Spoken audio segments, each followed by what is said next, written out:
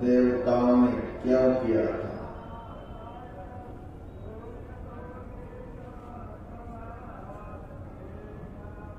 भगवान की प्रेरणा से किया था और यह इसीलिए करना पड़ा कि सबके सब देवता असुरों से पराजित हो गए थे। असुरों ने समस्त देवी देवताओं के सर्वस्व को छीन लिए थे,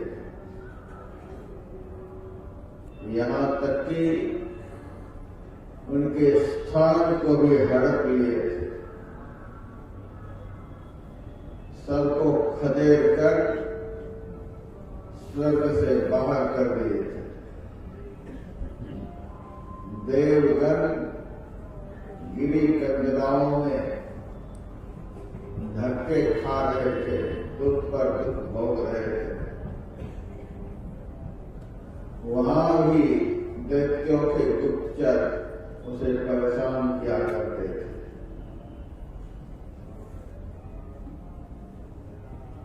दैत्यों के द्वारा अत्यंत सताए जाने पर देवगण आकुल व्याकुल होकर भगवान की शरण में गए और भगवान ने कहा, अपना सर्वस्व, अपना स्थान, अपना अधिकार यदि पाना चाहते हो तो दैत्यों से संघर्ष कर दैत्यों को पराजित करना होगा। और दैत्यों को पराजित करने के लिए दैत्यों से अधिक शारीरिक बल बढ़ाना होगा।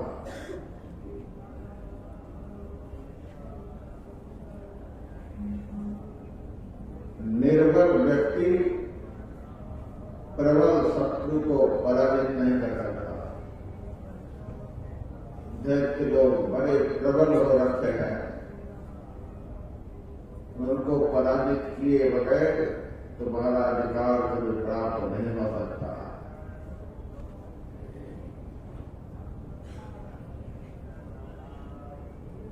तुम देवगण हो,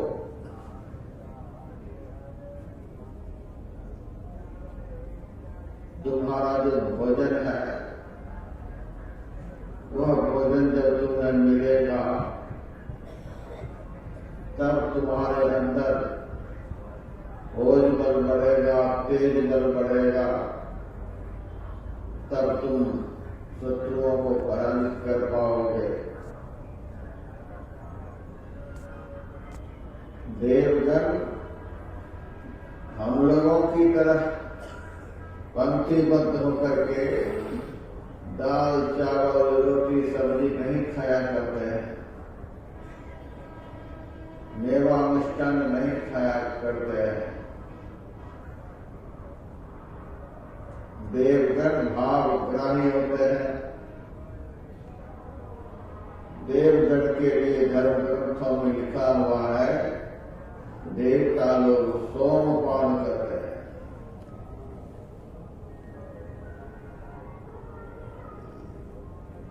सोमपान का बड़ा ही तात्विक अर्थ वेद में है।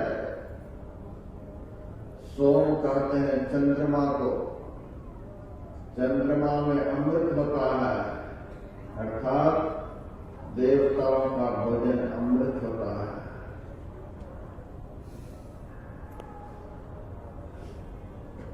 दैत्यों का भोजन देवताओं के भोजन के विपरीत होता है। अमृत का विपरीत क्या होता है? विष होता है। दैत्यों का भोजन विष, विष से तात्पर्य विषय, प्रवृत्ति के लोग जो होते हैं वे विषयी होते हैं, वो भोगी होते हैं। और दैवी प्रवृत्ति के लोग जो होते हैं वे योगी होते हैं। योग करने से अमृत की प्राप्ति होती है, भोग करने से विष प्राप्त होता है। विष के पान से आदमी मरता है। इसी तरह से विषयों के सेवन करने वाले जन्म मरण के चक्कर में पड़ा रहता है। अमृत भोगी जो होते हैं, अमृत का अर्थ होता है जो मरता नहीं, वे शाश्वत आनंद शाश्वत सुख को प्राप्त करता है। देवता कौन, असुर कौन, दैत्य कौन, प्रतिदिन में इस विषय पर चर्चा कर दिया।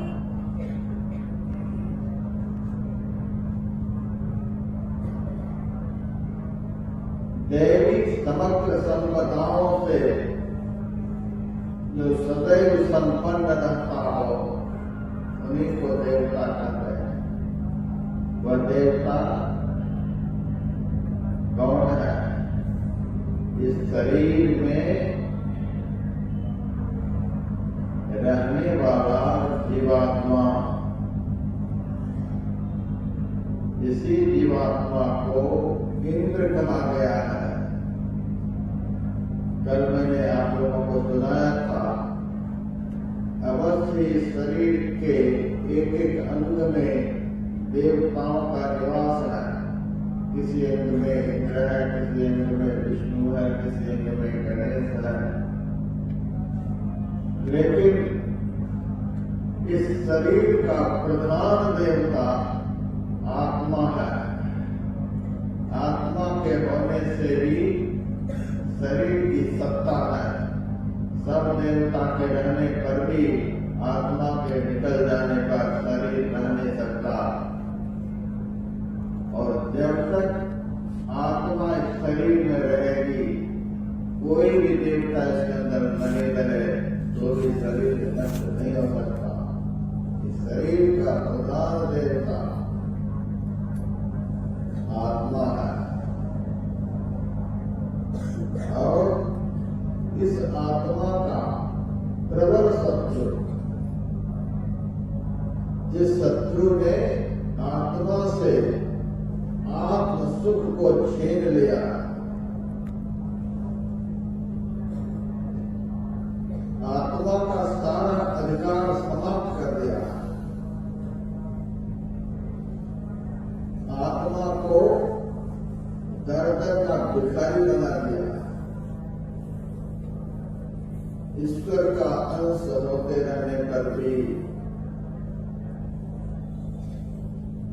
ईश्वर की संतान होने पर भी, ईश्वरी समग्र गुणों से विभूषित होने पर भी, अजर अमर अविनाशी शुद्ध बुद्ध चेतन होने पर भी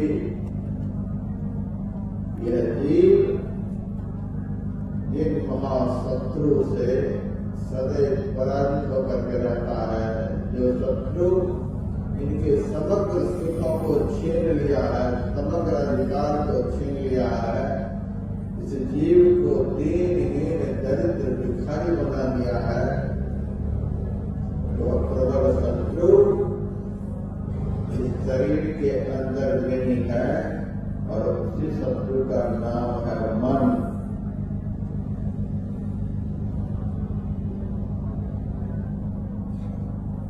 और जो बड़ा बलवान है, बड़ा प्रबल है,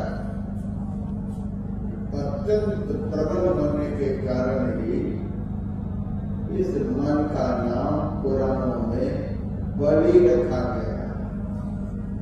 बड़ा बलवान, काम क्रोध लोभ मोह मद आसक्त, संतों की दृष्टि में ये सबके सब दुर्विकारी राक्षस है।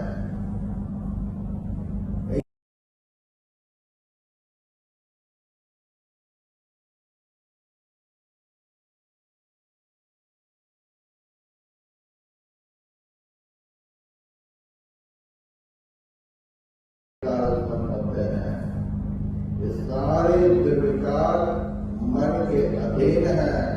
इसीलिए मन को दैत्याधिपति बलि कहा गया है।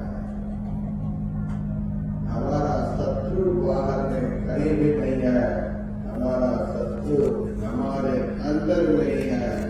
अंदर में भी जहाँ हम हैं वहीं पर हमारा शत्रु है।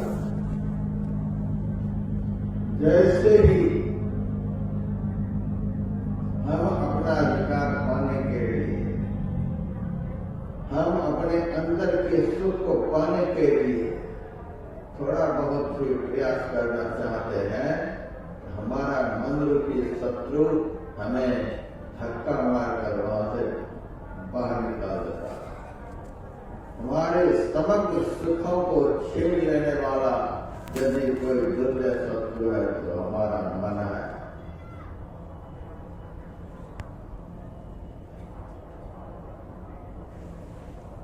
भक्तराज अर्जुन को भगवान श्री कृष्ण ने गीता में ध्यान करने के लिए कहा, योग करने के लिए कहा, भजन करने के लिए कहा, सुकर्म सत्कर्म करने के लिए कहा, बहुत कुछ करने के लिए कहा। सब कुछ सुनकर अर्जुन ने कहा मेरे से यह सब नहीं हो पाया, हमसे भजन नहीं हो पाया, हमसे ध्यान नहीं हो पाया, योग नहीं हो पाया। भगवान ने कहा तुमसे यह सब नहीं हो पाएगा, कारण क्या है? बड़े बड़े ऋषि मुनि महात्माओं ने भजन किया, ध्यान किया, योग किया। समग्र धर्म ग्रंथों में ध्यान, भजन, योग, साधना की बड़ी महिमा है। तुम इतने बड़े भक्तराज जिनकी भक्ति से, जिनके तप से, जिनके प्रेम से, श्रद्धा विश्वास से प्रभावित होकर मैं सारथी बन गया हूं, इतना बड़ा भक्त होकर तो कहता है मेरे से भजन नहीं होगा, मेरे से ध्यान नहीं होगा, मेरे से योग नहीं होगा। अर्जुन ने कहा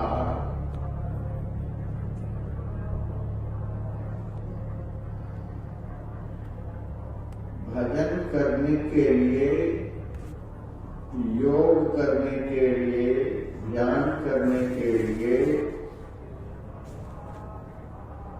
मन की स्थिरता चाहिए, एकाग्र मन चाहिए, निग्रहित मन चाहिए। चंचल मन से भजन नहीं हो सकता। संत रविदास जी महाराज की वाणी में है, नरहरि चंचल है मति मोरी, कैसे भगति करो मैं तोरी। हे प्रभु मेरा मन बड़ा चंचल है, मैं आपका भजन कैसे करूं? भजन करने के लिए मंदिर में बैठ तो जाता हूं, लेकिन मन कहाँ बैठता है? मन तो सारे विश्व ब्रह्मांड में विचरण करता रहता है। ऐसे विचरणशील मन से भजन कैसे होगा? कैसे भक्ति करो मैं तोरी, कैसे मैं आपकी भक्ति करूं? अर्जुन भी कहता है मैं कैसे आपका भजन करूं? कबीर साहब की वाणी में यह मन जागन जोड़ी वर्जे नहीं पाने। अभ्यासी मन को रोकना चाहता है, लेकिन मन रुकता नहीं। कोई बिरला ही होता है जो चंचल चलायमान मन को रोक पाता है। यह मन जाली में जोड़ी, बड़ा भयंकर, बड़ा कसाई, बड़ा बंजो, अपना ही सब कुछ करने वाला, किसी से डरने वाला नहीं। संत कबीर साहब का शब्द है, यह मन जाली में जोड़ी वर्जे नहीं मान। रोकता हूं, वर्जना का अर्थ होता है रोकना। कहीं नहीं जाने देना, अपने अधीन बना करके रखना। वर्जे नहीं माने, मैं इनको रोकना चाहता हूं, संसार विषय की तरफ नहीं जाओ,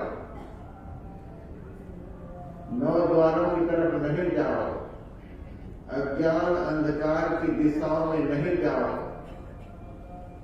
जहां मृत्यु है, जहां काल है, उस दिशा में नहीं जाओ।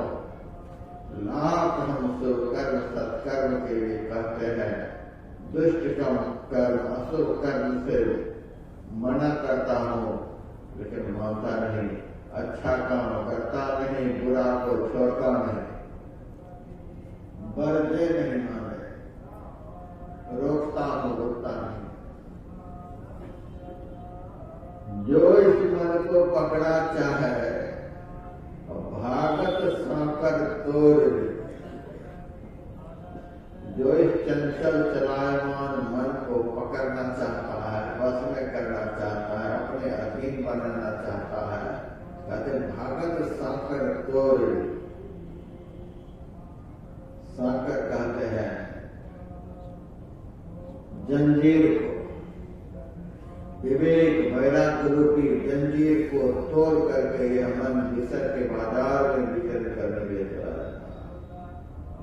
जहां चाहता है वहीं जाता है। इतना यह स्वतंत्र स्वच्छंद है, इसी को दैत्यराज बलि कहा गया। भागत सांकर तोड़ दी, जंजीर को तोड़कर भाग जाता है। इसको बांधने वाला जंजीर क्या है? विवेक जंजीर को गले में बांध के जहां तू जाए में खींच ला।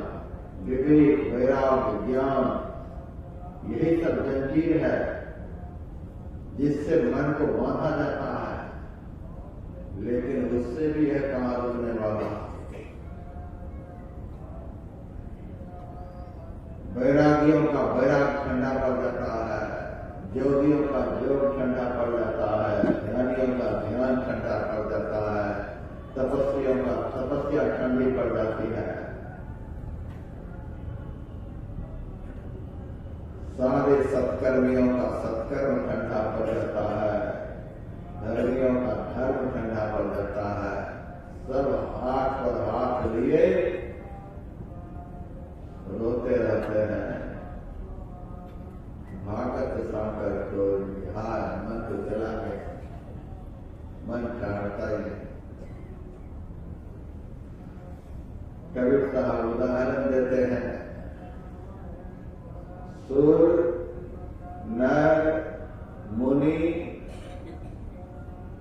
अब कितने का नाम गिनाएंगे? अक्षर में कह दिया सब। सुर नर मुनि सब पची पची हारे, हिल गए, पिट गए, इनके पीछे मिट गए। सुर नर मुनि सब पची पची हारे, हार करके एक किनारे हो गए। जैसे दंगल में हारा हुआ पहलवान किनारे पकड़कर दुबक करके कहीं बैठ जाता है, उसी तरह से मन की मार खाकर हारा हुआ साधु, मन की मार से हारा हुआ साधक दुबक करके संसार के किसी कोने में बैठ जाता है। मुंह दिखाने के लिए नहीं आता है, मुंह छिपा छिपा करके भागता है।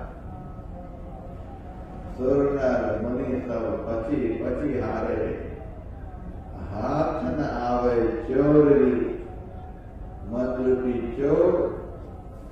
कभी तो दैत्य कहा जाता है, कभी महाशत्रु कहा जाता है, कभी महाबलवान कहा जाता है।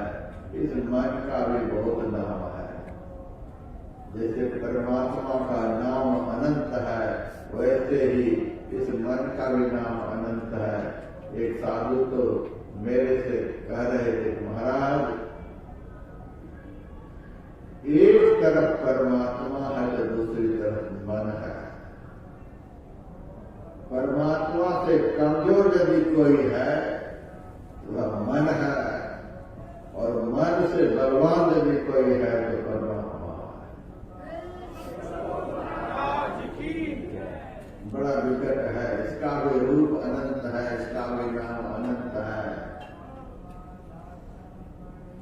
कबीर साहब की वाणी में उर बिनु खुर बिनु चरण चौंच बिनु न हृदय है न पैर है न नख है न कोई अंग प्रत्यंग है, न मुंह है न आंख है न कान है। बड़ा विचित्र है। परमात्मा के लिए ऐसा ही कहा जाता है, बिन पग चले सुने बिन काना करे कर्म करे विधिनाना, आनंद रहे सकल रस भोगी बिन वाणी वक्ता जोगी, तन बिन परस नैन बिन देखा ग्रह ज्ञान बिन वास असेखा, अस बात अलौकिक करनी महिमा जात जाय नहीं करनी। ब्रह्म का स्वरूप जो बताया गया है धर्म ग्रंथों में, क्या उससे कम स्वरूप है बनता? ब्रह्म के लिए कहते हैं न तो हाथ है न पैर है न आंख है न कान है न नाक है न मुंह है, कुछ है नहीं, लेकिन सब कुछ वही है। सबको संचालित करने वाला संजीव यत्र शक्तिधर स्वधामना अन्याम सहस्त्र चरण श्रवण आदि प्राणाम नमो भगवते पुरुषाय तुभ्यम। सबको संचालित करने वाले परमात्मा ही है, लेकिन परमात्मा को हाथ पैर आंख कान नाक कुछ नहीं होते हुए भी सब कुछ है। उसी तरह से मन को भी कुछ नहीं है, लेकिन सारी दुर्गति जीव का करता रहता है, करवाता रहता है। ऐसा यह मन है। पूर्व में चरण चौथ में दूसरी पंक्ति में कहते हैं, परवी पाद इस देव के बिरमा ताके पाप नहीं है रे, पाप हो जुजात मिरगवा मृगा के शीश नहीं है। परवी पाद अंधकार के परे 10वां द्वार में चमचमाता हुआ ज्योतिर्मय सूक्ष्म प्रकाश का चिन्ह एकाग्रता का अभ्यास करने वाला अभ्यासी देखता है। जैसे किसी बीज में अंकुर फूटता है तो उस वक्त उसमें पत्ते नहीं होते हैं, फूल नहीं होते हैं, केवल सफेद रंग का अंकुर निकलता है।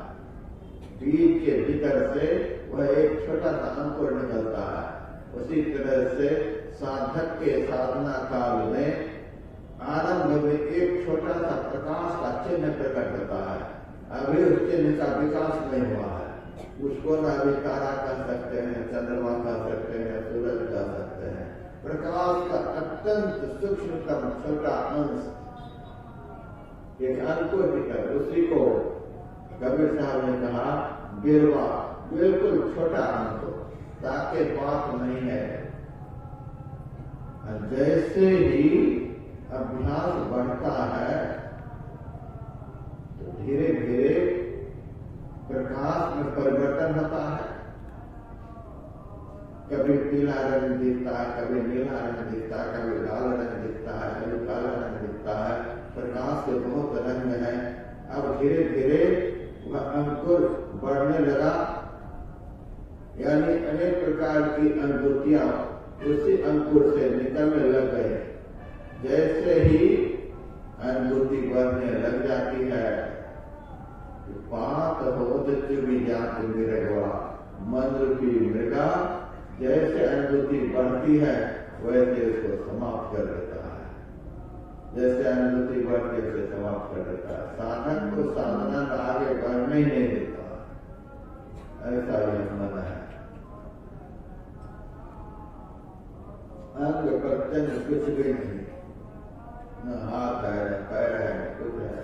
एक तरफ परमात्मा है तो दूसरी तरफ मन है, एक तरफ आत्मा है दूसरी तरफ मन है, एक तरफ इंद्र है तो दूसरी तरफ दैत्याधिपति बलि है। ऐसा यह देवासुर संग्राम है, दोनों एक से। लेकिन अभी तो मन ही प्रबल है। यहाँ पर कबीर साहब मन को चोर कहते हैं। जैसे चोर चुरा करके सब कुछ लेकर चला जाता है, असावधान आदमी का सब कुछ चुरा करके चोर लेकर के चला जाता है। उसी तरह से जो जीव स्वस्वरूप में प्रतिष्ठित नहीं है, अपना ज्ञान से रहित हो गया है, अपने ज्ञान से वंचित है, अपने आप को पहचान नहीं पा रहा है, अपने सामर्थ्य को, अपनी शक्ति को सुरक्षित नहीं कर पा रहा है, ऐसा जो असावधान जीव है, उस जीव के सुख आनंद शांति रूपी सर्वस्व को यह मन रूपी बलि हड़प लेता है, चुरा लेता है, गायब कर देता है। कौन सा सुख हमारे अंदर में नहीं है? तुलसीदास जी महाराज लिखते हैं, सहज सुख राशि। इस जीव का सहज स्वभाव ही सुख है, सुख का यह खान है। कोई ऐसा सुख नहीं जो इस आत्मा में नहीं हो, और कोई ऐसा दुख नहीं जो मन के पास नहीं हो।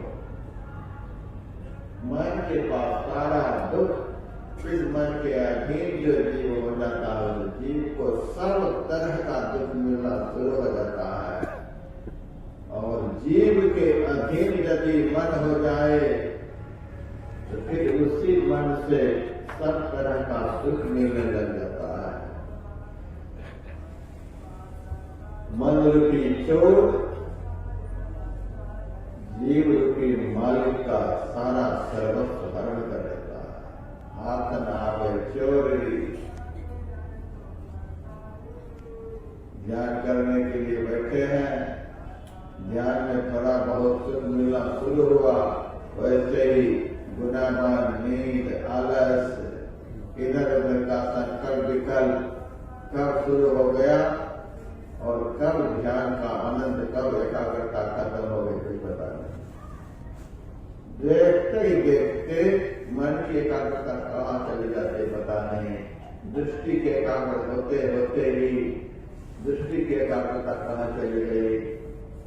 देखते ही देखते ध्यान में जो थोड़ी सी शांति मिलने लग गई थी, वह शांति कहाँ चली गई, कुछ पता ही नहीं चलता है। देखते ही देखते मन कब हमारा सुख, कब हमारा आनंद छीन करके चला जाता है, कुछ पता नहीं चलता। इसीलिए कहते हैं, हाथ नावे चोरी, या मन रूपी चोर बस में नहीं होता। कबीर साहब से रास्ता पूछते हैं भक्त, दोनों पक्ष पर मैं चर्चा करते जाऊंगा, नहीं तो दिमाग आपका गर्म हो जाएगा। ऐसे मन के विषय में बतलाए चले जा रहे हैं, सारा प्रयाग ऐसे ही हवा में हो जाएगा। तो थोड़ा थोड़ा आपको हौसला को बढ़ाने के लिए भी मन के साथ साथ कुछ खुराक देता जाऊंगा, नहीं तो पस्त हो जाएंगे। मन की प्रबलता यदि बताते चला जाऊंगा, आप हिम्मत हार करके टिकट कटाने लग जाएंगे। आपका टिकट कैंसिल नहीं हो, इसीलिए बीच बीच में थोड़ा सा अमृत भी पिलाएंगे। तो संत कबीर साहब से कहा गया, महाराज आप मन की प्रबलता के विषय में इतना तो सुनाते हो, हमारा तो दिमाग काम नहीं करता, कैसे मन को कैसे दर्शन किया जाए। जब कहते सूर्य मुनि सब पची पची हारे, हम तो पहले ही हार गए। महाराज कोई उपाय बताओ। तब संत कबीर साहब ने कहा, जो हंसा सतगुरु के होई, जो हंसा सतगुरु के होई, राखे ममता छोरी, कहे कबीर सुनो भाई साधो, बचो गुरु की ओटरी। दूसरा कोई उपाय नहीं, न तीर्थ से रोक सकता, न मूर्त रोक सकता, न यज्ञ रोक सकता, न तप रोक सकता, न जप रोक सकता, न दान रोक सकता, न व्रत उपवास रोक सकता। न भाषण रोक सकता, न प्रवचन रोक सकता, कोई उपाय नहीं।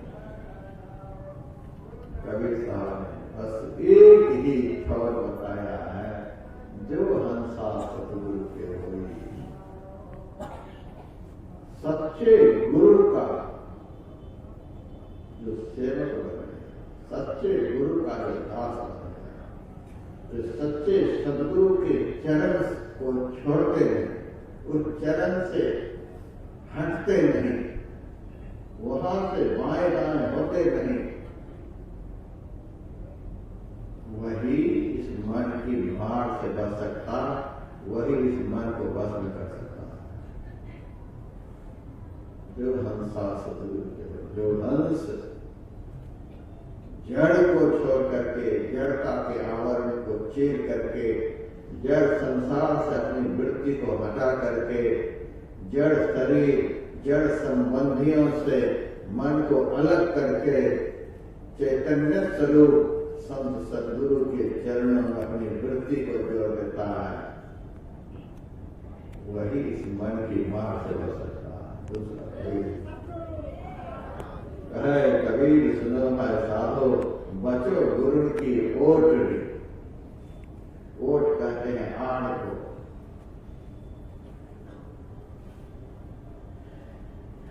पीठ के पीछे खड़ा होकर के रहना है।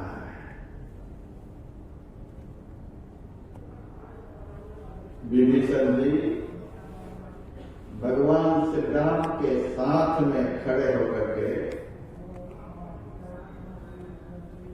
रावण के साथ युद्ध कर रहे। रावण को बड़ा रंज हुआ कि मेरा भाई होकर के शत्रु के बगल में खड़ा है, मेरे शत्रु के बगल में शत्रु बन करके खड़ा है। युद्ध तो राम से चल रहा था उनका, लेकिन रावण को बड़ा रंज हुआ। ऐसा भाई, इतना दुष्ट भाई मेरे पास 14,000 वर्ष तक रहा, खाया पिया, प्रेम प्यार प्राप्त किया। आज हमारे प्रबल शत्रु के बगल में खड़ा होकर के युद्ध कर रहा, बड़ा रंज हुआ और धनुष पर बाण चढ़ाकर विभीषण पर छोड़ दिया। जैसे विभीषण पर बाण छोड़ा, वैसे भगवान ने विभीषण को अपने हाथ से पकड़कर अपने पीछे ले लिया। विभीषण तो भगवान ने अपने पीछे अपने शरीर से विभीषण को छिपा दिया। भगवान ने उस तीर को अपने शरीर में सह लिया, लेकिन अपने प्यारे भक्त को वह तीर लगने नहीं दिया। इसी को ओट कहते हैं। यही है ओट। भगवान ने हाथ के सहारा देकर विभीषण को बाईं ओर से अपने पीठ के पीछे ले लिया और वह तीर सह लिया। भक्त के ऊपर भजन काल में जो मन का प्रहार होता है, यदि संत सदगुरु के सानिध्य में भक्त रहता है, उस शरण को अंतरात्मा से, केवल शरीर का शरण नहीं, अंतरात्मा से जो शिष्य सदैव सदगुरु की शरण में रहता है, तो मन के प्रचंड प्रहार से सदगुरु अपने शिष्य को बचाते रहते हैं। इसीलिए कहा दुर्लभो विषय त्यागो दुर्लभम तत्व दर्शनम, दुर्लभा सहजावस्था सदगुरु करना देना। यही एक उपाय है। हमारे गुरुदेव ने बहुत कुछ लिखा है। सतगुरु चरण टहल करिए, नर्तन के खाइए। किसी चरण के आश्रय भूत होने से, मन की प्रताड़नाओं से, मन के प्रचंड प्रहार से वे बच सकता है, और कोई बात नहीं। अपने से लड़ लेंगे कभी संभव नहीं। मन के साथ अपने बल से लड़ लेंगे कभी नहीं।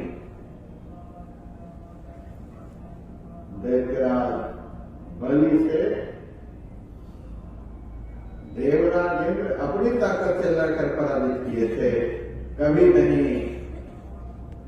जब सदगुरु बृहस्पति जी का वरद हस्त उनको प्राप्त हुआ, तभी देवराज इंद्र दैत्यराज बलि को पराजित कर पाया। ऐसे कहां संभव है? मुझे गुरु की कोई उपाय नहीं। गुरु कृपाली केवलम संत दादू दयाल जी महाराज की वाणी है। दादू दयाल जी महाराज जगजीवन समाज के शिष्य हैं। बहुत बड़े महापुरुष रहे, संत रहे। साधना काल में जब उनका मन से युद्ध होता था, युद्ध में बारंबार पराजित हो जाते थे। साधना में अपने मन को स्थिर नहीं कर पाते थे। मन कहां से कहां चला जाता था। मन जाता है तो अकेले नहीं जाता है, चेतन को साथ लेकर के जाता। चेतन के बगैर तो मन जा ही नहीं सकता। तो मन चेतन को साथ लेकर के जाता है। इस चेतन आत्मा को लेकर मन कहां जाता है? विषयों के बाजार। तो दादू दयाल जी महाराज जब समाधि में बैठे, ध्यान में बैठे, एकाग्रता का अभ्यास करें, तो मन दादू दयाल जी महाराज की चेतना को बलपूर्वक संसार के विषयों के बाजार में घसीट करके लेकर चला जाता। लाख प्रयास करने पर भी मन काबू नहीं होता। अब हाथ जोड़कर अपने सदगुरु की शरण में गए। हिम्मत नहीं हारती। हम लोगों को हिम्मत नहीं हारना है। मेरा ये प्रवचन सुन करके किसी को हिम्मत नहीं हारना है। आप लोगों को हिम्मत जुटाने के लिए कहा। अपने से तो नहीं कर पाएंगे, यह भी बात पक्की है। अपने पुरुषार्थ से कोई मन को पराजित नहीं कर सकता, ये बिल्कुल पता है। बच्चों, गुरु की ओर भी यही एक सहारा है, इसके अलावा और कोई उपाय नहीं। यह गुण साधन तेने हुई तुम्हारी कृपा भाव कोई यह पक्का है। अपने बल से कोई मन रूपी बलि को पराजित नहीं कर सकता। आप अमृत की चर्चा सुन रहे हैं, रोज सुन रहे हैं। अमृत का पान किया देवताओं ने, फिर उस अमृत को पी करके देवता बलि हुए, बलवान हुए, फिर दैत्यों को पराजित किया। लेकिन वह अमृत किसके हाथ से निकला? अमृत कैसे प्राप्त हुआ? समुद्र से। अमृत लेकर के समुद्र से कौन निकले थे? धन्वंतरी। धन्वंतरी कौन है? देवताओं के वैद्य हैं। वैद्य किसको कहते हैं? सतगुरु ज्ञान विराग योग के विबुध वैद्य बहु भीम रोग के सदगुरु ही असली वैद्य हैं, जो विकारों की मार से घायल हुए शिष्य की दवा करते रहते हैं। सदगुरु ही वैद्य हैं। सदगुरु वैद्य वचन विश्वासा संतन रहने विषय के आशा। सदगुरु रूपी वैद्य के हाथ में अंतर ज्योति अंतर नाद रूपी अमृत का कलश होता है। अमृत कलश लेकर के धन्वंतरी भगवान प्रकट हुए थे। घोड़ा अमृत कलश लेकर के प्रकट नहीं हुआ था, अकेले घोड़ा प्रकट हुआ था। हाथी अकेले प्रकट हुआ था। लक्ष्मी अकेले प्रकट हुई थी। सारे रत्न अकेले अकेले प्रकट हुए थे। लेकिन धन्वंतरी भगवान अकेले प्रकट नहीं हुए थे, अमृत कलश लेकर प्रकट हुए थे। सदगुरु के हाथ में अमृत का कलश होता है। ऐसे सदगुरु को जो शिष्य अपने सच्चरित्रता के बल से प्रसन्न कर लेता है, उसी शीलवान सच्चरित्र शिष्य को सदगुरु अमृत का पान कराते हैं, तो शिष्य का आत्मबल बढ़ जाता है। शिष्य के आत्मबल बढ़ने पर वह इंद्रिय बल को रगड़ के छोड़ देता है, पराजित करता है।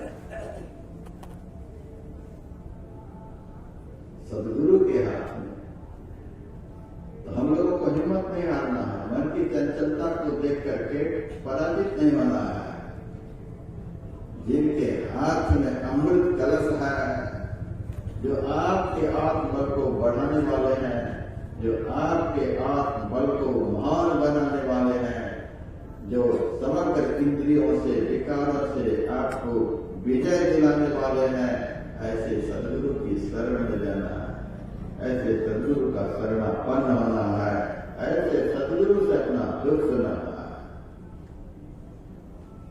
जो भी साधक होते हैं मैं देखता हूं, बाबा ध्यान में मन नहीं रखता, बाबा ध्यान में मन नहीं रखता, मन भाग रहता है। बाबा क्या करेंगे? आप मेरे से तहज्जुद सुनाने के जाते, बाबा ध्यान में मन नहीं रखता, मन भाग रहता है। बाबा के तहज्जुद सुनाने के जाते, कभी इस बाबा से सुनाते, कभी उस बाबा से सुनाते, कभी हमारे सुनाते, कभी अपने साथ के साथियों को सुनाते हैं। इधर उधर सुनाने से कोई फायदा नहीं है। यदि सुनाना ही है तो सदगुरु महाराज से सब कुछ सुनाइए। और सदगुरु महाराज चित्र के रूप में जो मंच पर विराजमान है और चरित्र के रूप में आपके मानस पटल पर विराजमान है। चित्र के रूप में मंच पर और चरित्र के रूप में सबके मानस पटल पर सदगुरु का निवास शिष्य के अंदर में होता है। और अंदर में कहाँ होता है? संत तुलसी साहब कहते हैं, सतगुरु संत गंज निवासा, सुरत लाय चढ़े कासा। सदगुरु का निवास कंज में होता है। कंज का आज्ञा चक्र को 10वां द्वार को 10वां द्वार में सदगुरु का निवास होता है। अरे जाप भी करो तो वहीं देखते हुए, सदगुरु के रूप का चिंतन करो तो वहीं देखते हुए, दोनों आंखों के मध्य मुकाबले हुआ स्थान है। वही हमारा लक्ष्य है, वहीं से सब कुछ मिलने वाला है। इसलिए जो भी अंतर्मुखी क्रियाएं करनी है उसी स्थान को फोकस करते हुए, यह नहीं कि जाप करते समय ख्याल कहीं रहे, जाप कहीं हो रहा है।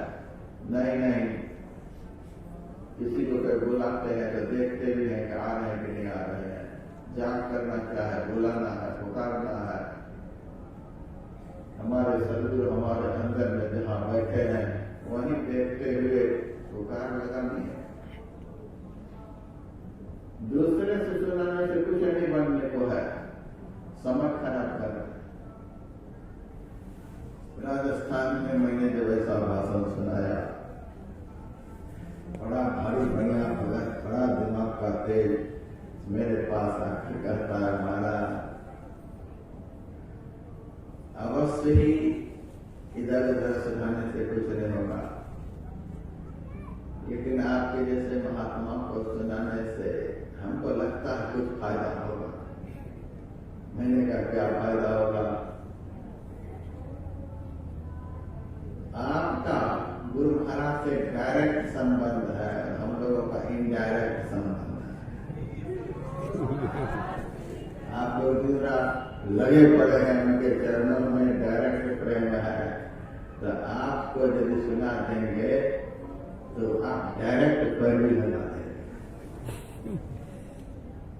आपकी पैरवी की सुनवाई बहुत जल्दी हो जाएगी। हम तो पुकार लगाते लगाते मर जाएंगे, पता नहीं कब तक में पुकार वहां तक पहुंचेगी, टाइम बहुत लगेगा महाराज। अपने से हाथ पर मारेंगे तो टाइम बहुत लगेगा, और कोई जरिया मिल जाए तो टाइम कम लगेगा। इसीलिए हम आपसे कहते हैं थोड़ा सा गुरु महाराज की तरफ, मेरी तरफ से पुकार लगा दीजिएगा, पैर भी लगा दीजिएगा।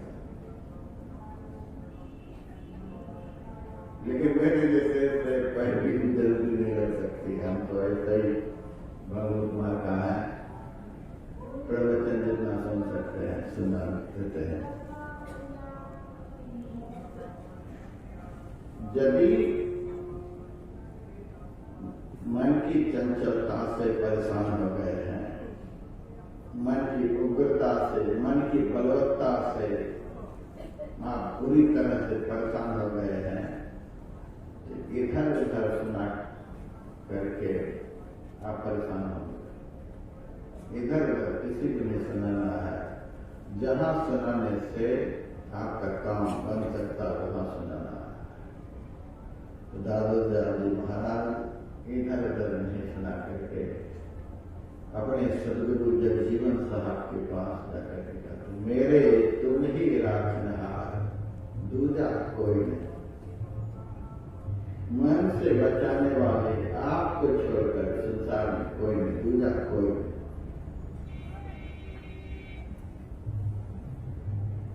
पेट की बीमारी से कोई देवता बचा लेंगे, पेट की बीमारी से कोई देवता बचा लेंगे, माथे की बीमारी से कोई देवता बचा लेंगे, देह की किसी भी बीमारियों से कोई देवता बचा लेंगे, दीनता से दरिद्रता से भले ही कोई देवता बचा लेंगे। मैं विश्वास दिलाता हूँ प्रयाग में मन की चंचलता से दुनिया के कोई भी देवता बचा नहीं सकते। इसको तो गांठ बांध कर काम देगा। मन की चंचलता से कोई देवता बचा नहीं सकते, क्योंकि देवता भी मन की मार से हारे हुए हैं। सुर में 1925 हारे, कोई नहीं बचा सकता। मन की मार से बचाने वाले प्रथम देव गुरुदेव जगत में, गुरु रूपी देवता सत गुरुदेव सत्य स्वरूप में प्रतिष्ठित जो गुरु है वे ही बचा सकते हैं। इसीलिए दादोदर महाराज इधर उधर नहीं जाकर मेरे तुम ही राखनहार, दूसरा कोई नहीं। यह चंचल चमक से जाए काल तही तही,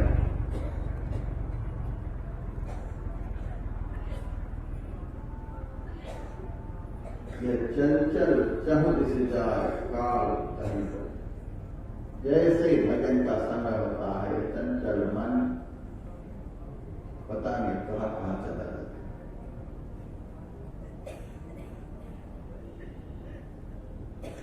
बहुत कुछ कहा, यह अर्जुन तह जाए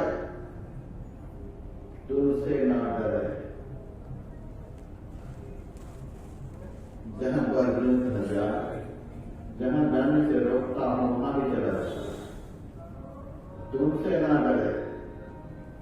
हे प्रभु, हे गुरुदेव, आपका भी नाम मैं लेते रहता हूं मन ही मन, आपका भी चिंतन करने का प्रयास करते रहता हूं, तो भी अब सुनने के लिए राजी नहीं। आपका जाप करते रहता हूं, आपका नाम लेते रहता हूं, तो भी नहीं रहता। जाप करते करते ये कहां चला जाता पता नहीं। जहां अर्जुन तह जाए तुमसे ना डरे,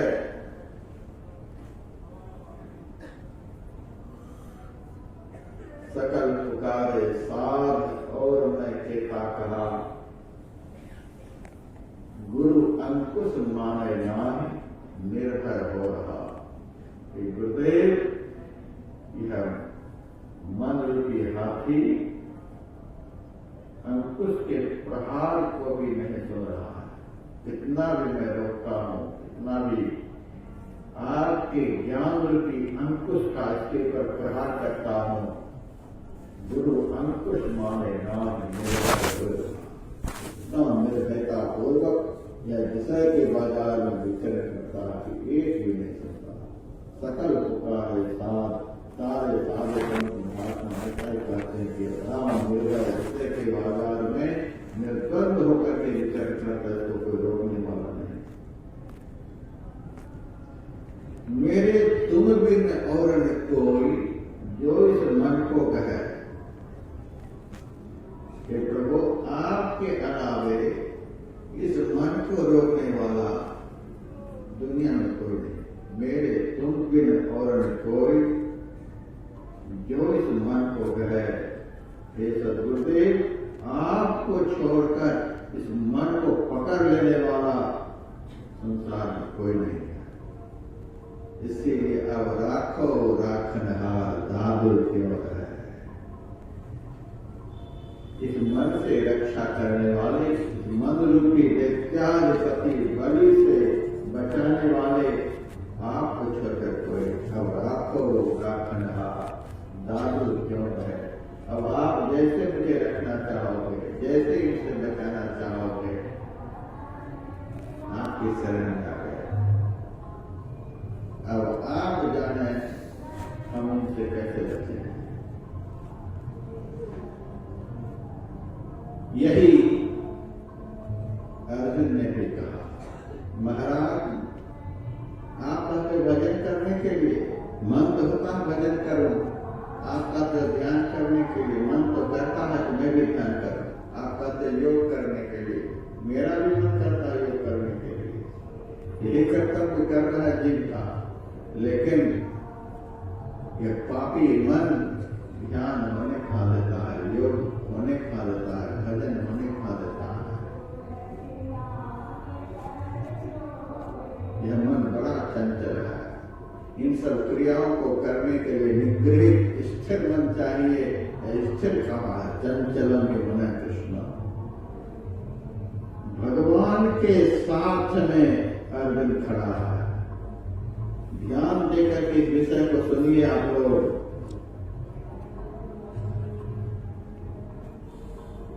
आज मैं गेट पर अपना 2 आदमी बैठा हूँ, आप लोग मानने वाले। गेट पर अपना 2 आदमी बैठा हूँगा। ध्यान और सत्संग को छोड़ करके जो यहाँ नाम लिखा करके इधर उधर घूमते रहते हैं, उस आदमी की पहचान की जाएगी।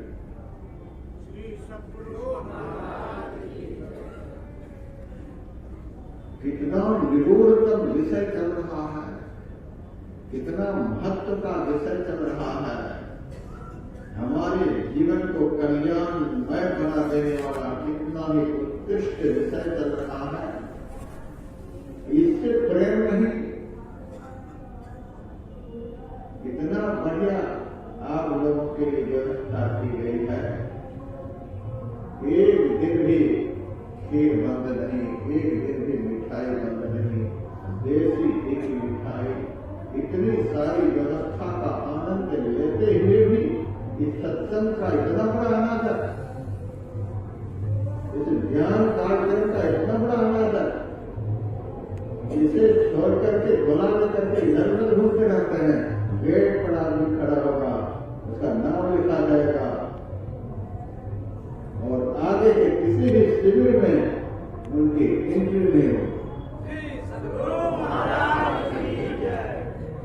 जो सत्संगी इस शिविर में आकर के इस प्रकार के सत्संग और ध्यान का यहाँ रहकर अनादर करेंगे, यहाँ के कार्य से भाव को लेते हुए ध्यान और सत्संग का अनादर करेंगे, ऐसे सत्संग ज्ञान का अनादर करने वाले सत्संगी के आगे के कार्यक्रम में कोई एंट्री नहीं। यह भी सुनो, कितना बड़ा मामला है, कितना बड़ा दुख में यह जीव अनंत काल से पड़ा हुआ है। हम हिमालय के सारे सुख आनंद को छोड़ करके आप लोगों के कल्याण के लिए रगड़ कर रहे हैं। आत्मानंद की दिशा में चलने वाले साधु आज आप लोगों के लिए मैदान में खड़ा है और सत्संग का आनंद, ध्यान का आनंद, कितना बड़ा काम आपको करना है। यह जीवन यदि हाथ से निकल गया, क्या गाय के शरीर से यह काम होगा, बैल के शरीर से यह काम होगा, गधा कुत्ता के शरीर से यह काम होगा? कितना बड़ा मामला है, कितने कष्ट में आप पड़े हुए हैं, अनादिकाल से आप दुख भोग रहे हैं, आत्मा का समग्र सर्वस्व मन ने छीन लिया है। यह जीव रूपी इंद्र दर्द का भिखारी बने संसार में भटक रहा है और कितना अच्छा सुंदर अवसर बहुत बलोरे भाई। इस मन को रोकने का रास्ता बताया जा रहा है, इस मन को स्थिर करने का उपाय बताया जा रहा है, इस मन को बस में करने का उपाय बताया जा रहा है और अपना आत्म सुख प्राप्त करने का रास्ता बताया जा रहा है। आपके कल्याण के लिए एक एक शब्द यहाँ से निकल रहा है, तो भी आए जाने हो रहे हैं। कौन रक्षा करेगा? सदगुरु की शरण से बाएं दाएं हो रहे हैं, कौन आपकी रक्षा करेगा? कबीर कहते हैं, बचो गुरु की ओटड़े। आप गुरु की छाया को छोड़ करके माया की छाया में घूम रहे हैं, कौन बचा लेगा? नहा धोकर के सब आ ही रहे हैं, सबकी मानसिकता को आप देख लीजिए। करोड़ों लोग नहाएंगे, एक बीड़ी छूटने के लिए, एक सिगरेट छूटने के लिए, एक अशुभ कर्म छूटने के लिए नहीं। अशुभ कर्म को छोड़े बगैर क्या ये मन काबू होने वाला है? दुष्कृत्य में प्रवृत्त हुआ व्यक्ति इस चंचल चलायमान मन को कभी निगृहित कर पाएगा? कभी संभव ना, कभी संभव नहीं है। इसीलिए यहाँ के एक एक शब्द को दिमाग में नोट करते जाओ, तब आपको प्राप्त होगा। अर्जुन के सामने इंद्र खड़ा है, अर्जुन के सामने इंद्र खड़ा है, अर्जुन के सामने कृष्ण भगवान विराजमान है। तो भी अर्जुन कहता है यह मन बड़ा चंचल है, आप थोड़ा दिमाग का प्रयोग करो, यह स्थिर कहाँ होगा? भगवान कृष्ण के रूप को देख करके भी मन को डरने लग रहा है।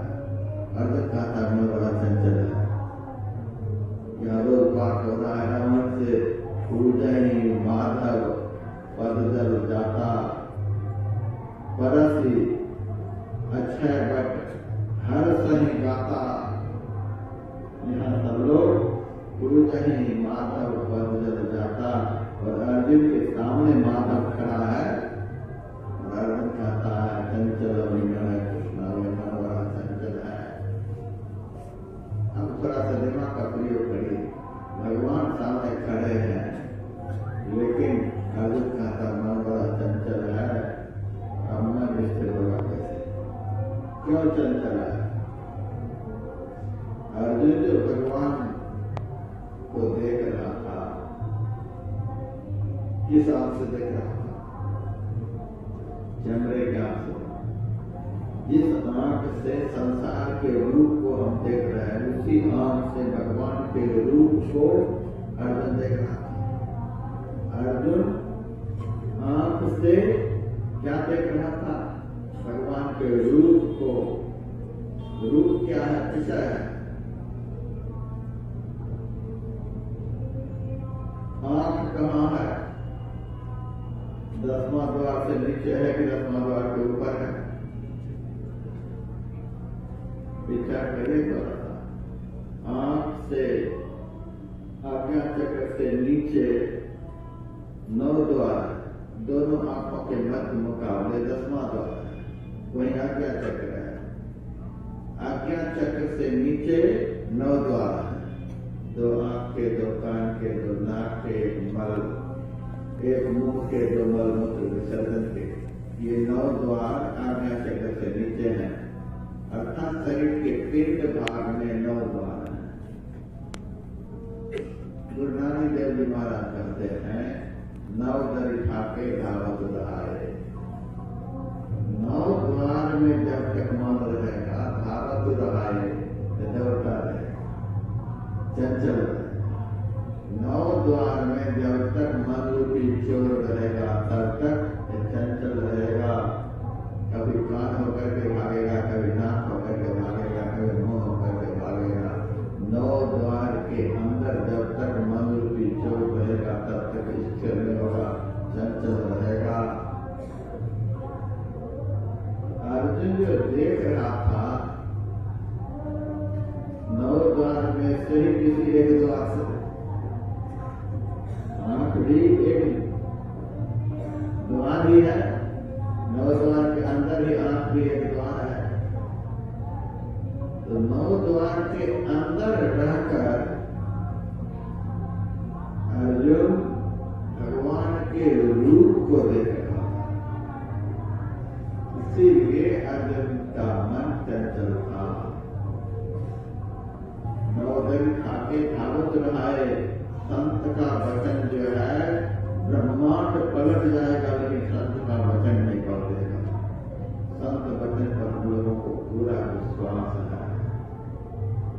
नवोदय खाके भागवत रहाए, 10वां निधिखर भाषा पाए, उठ अनहद चवद बजे जगताती, गुरुमत चवद सुनावणिया।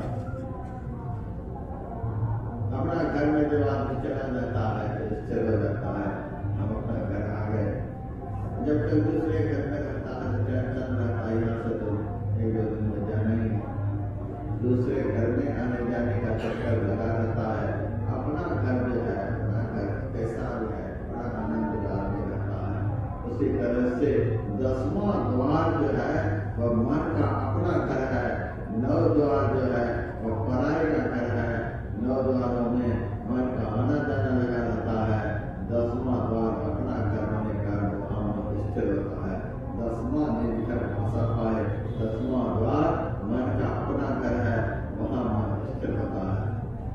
दूसरी बात, 9 द्वार बड़े बड़े द्वार हैं, स्थूल द्वार हैं, उसमें बहुत फैलाव है, लेकिन 10वां द्वार बड़ा संकीर्ण द्वार है। एक बाल के करोड़वां भाग करने पर जितना वो भाग बारीक और सूक्ष्म होगा, उससे भी अधिक सूक्ष्म 10वां द्वार है। 10वां द्वार का मार्ग बहुत सूक्ष्म है। उस सूक्ष्म मार्ग में जब मन प्रवेश करता है, मन ही सीधा हो जाता है। चंचल होने के लिए वहां जगह है ही नहीं।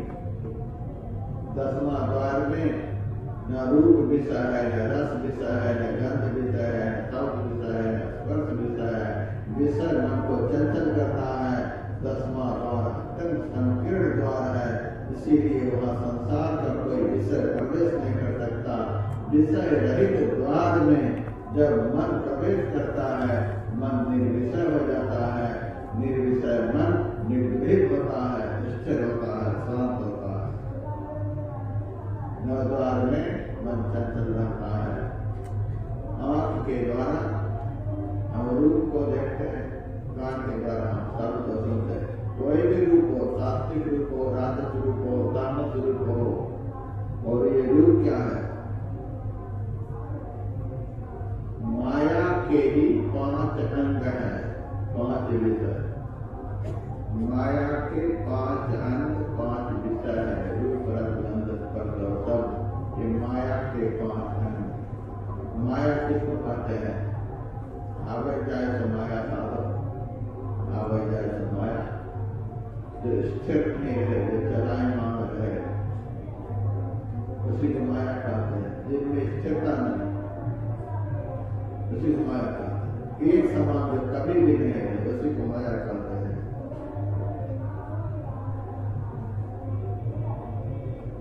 गोचर लगी मन जाए सो सब माया धर्म भाई। इंद्रियों के द्वारा हम जहाँ कहीं भी गति करते हैं, इंद्रियों के माध्यम से जो कुछ भी हम ग्रहण करते हैं, वह सब माया है। 14 इंद्रियों में से एक इंद्रिय का नाम आंख है। आंख के द्वारा हम संसार के रूप को ग्रहण करते हैं। रूप जो है माया का एक अंग है, माया चंचल है, इसीलिए आंख के द्वारा किसी भी रूप को देखने से मन स्थिर नहीं हो सकता। इसीलिए अर्जुन कहता है चंचल मन कृष्णा। अर्जुन आंख के द्वारा रूप को देख रहा था। रूप जो है माया का 5 अंग में से एक अंग है। माया उसको कहते हैं जो कभी स्थिर नहीं स्थिर होने वाले रूप को नेत्र इंद्रिय के द्वारा अर्जुन देख रहा था, इसीलिए अर्जुन का मन चंचल था। किसको देखने से मन स्थिर होगा? जिसको देखने से मन स्थिर होगा। जिन्होंने रूप को धारण किया,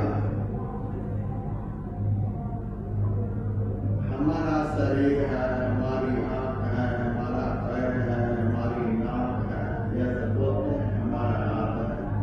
इससे सिद्ध होता है जो कहा हमारा हाथ है वह हाथ से अलग तत्व है, कहता हमारा हाथ है। तो हमारा कहने वाला कौन है? हमारी आंख है। हमारी बुद्धि काम नहीं कर रही है, बुद्धि हमारी है, मन हमारा है, चित्त हमारा है, हाथ पैर हमारा है, आंख कान हमारा है। हम कौन है? इससे सिद्ध होता है हम इनसे अलग है। इंद्रियों से अलग तत्व क्या है? इंद्रियां जड़ है, जड़ से जो अलग तत्व है वह कौन है? चेतन है। हम कौन है? ईश्वर अंश जीव अविनाशी चेतन अमल सहस्रासी। हम चेतन है, इंद्रियां जड़ है, चेतन तत्व स्थिर है, इसका कभी भी नाश नहीं होता। आत्मा नित्य भवत्यो है, आत्मा नित्य है, शाश्वत है। जब स्थिर में मन लगेगा तब मन स्थिर होगा। जब तक चंचल में मन रहेगा तब तक मन चंचल रहेगा। रूप चंचल है, रूप माया का एक अंग है, इसलिए किसी का भी रूप देखने के मन स्थिर होने वाला है नहीं। राम के रूप को विभीषण ने भी देखा था और राम के रूप को रावण ने भी देखा। रावण रावण ही रहा, विभीषण विभीषण रहा। कृष्ण के रूप को दुर्योधन ने भी देखा था, युधिष्ठिर ने भी देखा था। दुर्योधन दुर्योधन रहा, युधिष्ठिर युधिष्ठिर रहा। रूप के दर्शन से मन स्थिर नहीं होता। हाँ, पवित्र रूप को देखने से मन में पवित्रता जरूर आती है, सात्विकता जरूर आती है। उस पवित्र रूप के चिंतन में दिन रात आदमी लगा रहेगा तो एक भाग में मन पवित्र होगा। और पवित्र मन भजन में लगता है। भजन में पवित्र मन का उत्साह रहता है, मैं इस काम को करूं, मैं इस काम को करूं। इसीलिए पवित्र रूप को देखने की बात धर्मशास्त्रों में है। लेकिन रूप के दर्शन से स्थिरता नहीं आ सकती। रूप माया का ही है, भले ही पवित्र रूप है लेकिन पवित्र माया का एक अंग है। माया के दर्शन से स्थिरता नहीं आ सकती। इसको तो गांठ बांध लो। स्थिर होना चाहिए। स्थिर क्या है? जिन्होंने रूप को धारण किया। शरीर स्थिर नहीं। जिसकी सत्ता पर यह शरीर है, जिसके आधार पर यह शरीर टिका हुआ है, वह तत्व चेतन है। जब चेतन का अवलोकन होगा, जब चेतन का चिंतन होगा तब मन स्थिर होगा। अभी मैं बताऊंगा, अभी चर्चा होगी। अर्जुन तो कह रहा है मन बड़ा चंचल है। केवल चंचल ही नहीं कह रहा, चंचलम ही मना कृष्णा हे प्रभु, यह मन बड़ा चंचल है। और कुछ है ही प्रमथनशील है। मन में मंथन पैदा कर देता है, आदमी को पागल बना देता है। क्या करूं, कहाँ जाऊं, कैसे रहूं। मन आदमी को मत डालता है, प्रमथनशील है। यह मन जब चंचल होता है, अभ्यासी वो मत डालता है, चक्कर खाने लग जाता है। क्या करूं, 1 घंटे हो गए बैठे बैठे, कुछ नहीं हुआ। समाधि प्रमथनशील है। और कुछ है मन का बलवत धम्म, दृढ़ बलवान है। खूंटा गाड़ करके लड़ता है साधकों से, भाग नहीं जाता है। साधक भले भाग जाए भजन छोड़कर, लेकिन मन नहीं भागता है साधक के सामने। ऐसा ये मन है बलवत दृढ़ बलवान है। खूंटा गाड़ करके लड़ता है साधकों से। साधक ही भाग जाता है लेकिन मन के सामने तो जाता है। जो मन को भगा दे वही असली साधक है। लेकिन प्रायः तो मन ही सबको भगाता है। यह चंचल जम जाए भारत नहीं। बलभद्रम बड़ा दृढ़ बलवान है महाराज। तस्याह निग्रहम अन्य वायु दिवस दुष्करम, ऐसे चंचल चलायमान मन को निग्रहित करना, रोकना, वश में करना, वायु को रोकने के जैसा, हवा को रोकने जैसा। हवा को रोकना जैसे महाकठिन है, वैसे ही मन को रोकना महाकठिन है। कभी कभी तो हम कहते हैं हवा को तो जैसे जैसे आदमी रोक लेता है, चक्का में भर करके हवा को रखता है, कभी कार चल रही है, बस चल रही है, बहुत देर तक चक्का में हवा को भर करके रखते हैं, बहुत देर तक बैलून में हवा को भर करके रखते हैं, गैस में हवा को भर करके रखते हैं, तभी तो गैस चलते हैं। हवा को रोकना तो कुछ काल के लिए आसान है, लेकिन मन तो हवा से भी ज्यादा सूक्ष्म है, आकाश से भी ज्यादा सूक्ष्म है। इनको तो एक क्षण भी रोकना महाप्रलय है।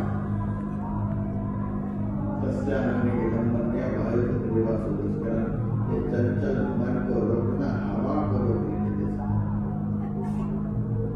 भगवान तो कहा देते नहीं नहीं, ऐसी बात नहीं, मन के विषय में इतना बदलाव है, तो ऐसी बात नहीं है। भगवान तो कम से कम यह कह सकते थे, भगवान ने भी समर्थन कर दिया। और संशय महाबाहो मन दुर्विग्रह चलम, हे महाबाहो बड़ी भुजा वाले, जिनकी भुजाओं में इतनी ताकत थी, देवराज इंद्र भी जब राक्षस द्वारा संकट में पड़ता था, तो देवराज इंद्र की सहायता करने के लिए धरती पर से अर्जुन स्वर्ग में जाता। 60,000 सेनाओं को लेकर निवास कवच ने इंद्र को घेर लिया था, कोई उपाय नहीं सूझ रहा था, तब अर्जुन को बुलाया था इंद्र ने, और स्वर्ग जाकर के 60,000 सेनाओं के समय निवास कवच राक्षस का वध किया था। इतना बड़ा बलवान था अर्जुन। भगवान शिव शंकर को युद्ध में संतुष्ट कर दिया था, शिवपुराण में लिखा हुआ है। इतना बड़ा बलवान था अर्जुन, इसीलिए उस बलवत्ता को याद दिलाते हुए कहा था, और संशय महाबाहो, ये बहुत बड़ी भुजा वाले, हे महाभगवान अर्जुन, तुम्हारी बात में कोई समस्या नहीं, तुम बिल्कुल ठीक कर रहे हो। मन दुर्निग्रहम चलम, इस मन को रोकना बहुत कठिन है, तुम बिल्कुल ठीक कर रहे हो। एक बार तो अर्जुन पिता ने भगवान ने भी कहा, तुम बिल्कुल ठीक कर रहे हो। अब अर्जुन का तो दिमाग और अधिक चकराने लगा। भगवान के सामने हमने समस्या रख दी, तो भगवान कोई उपाय तो बताते। भगवान ने भी तो समर्थन ही कर दिया, तुम ठीक कहते मन बड़ा चंचल। जब भगवान बोल गए अब तो गांधी भी रखो, अब गांधी रखो, अब कोई उपाय नहीं। जब देखा कि अर्जुन का हमला पस्त हो गया, अर्जुन भजन के नाम पर गांधी रखने के लिए जा रहा है। हम तो देखते हैं कि गांधी रखना क्या है, भजन को छोड़ देना, भजन को छोड़ देना, भाषण में लग जाना, ये गांधी रखना है। 99% जो भाषण देने वाले हैं तो गांधी रखे हुए अर्जुन है। मैं 99% भी थोड़ा सा दबे जवान से बोल रहा हूँ, 100 का 100 तो नहीं बोलना चाहिए, क्योंकि कोई सुरमा है। मन के मते न चाहिए, मन के मते अनेक, जो मन पर सवार है वह साधु कोई एक। मन की सवारी करने वाला, मन को निग्रह करने वाला है कोई, लेकिन उसी को विरला कहा जाता है। बिरला शब्द का प्रयोग हुआ है। मैंने शब्दकोश में बिरला शब्द का अर्थ ढूंढा। बिरला का अर्थ क्या है? न तो जामिया का नाम था, न टाटा का नाम था, किसी का नाम नहीं। बिरला का क्या अर्थ? बिरला का अर्थ मैंने देखा इक्का दुक्का, करोड़ों में अरबों में देखा बिरला इक्का दुक्का। आदमी बहुत है, बहुत आदमियों में एकाध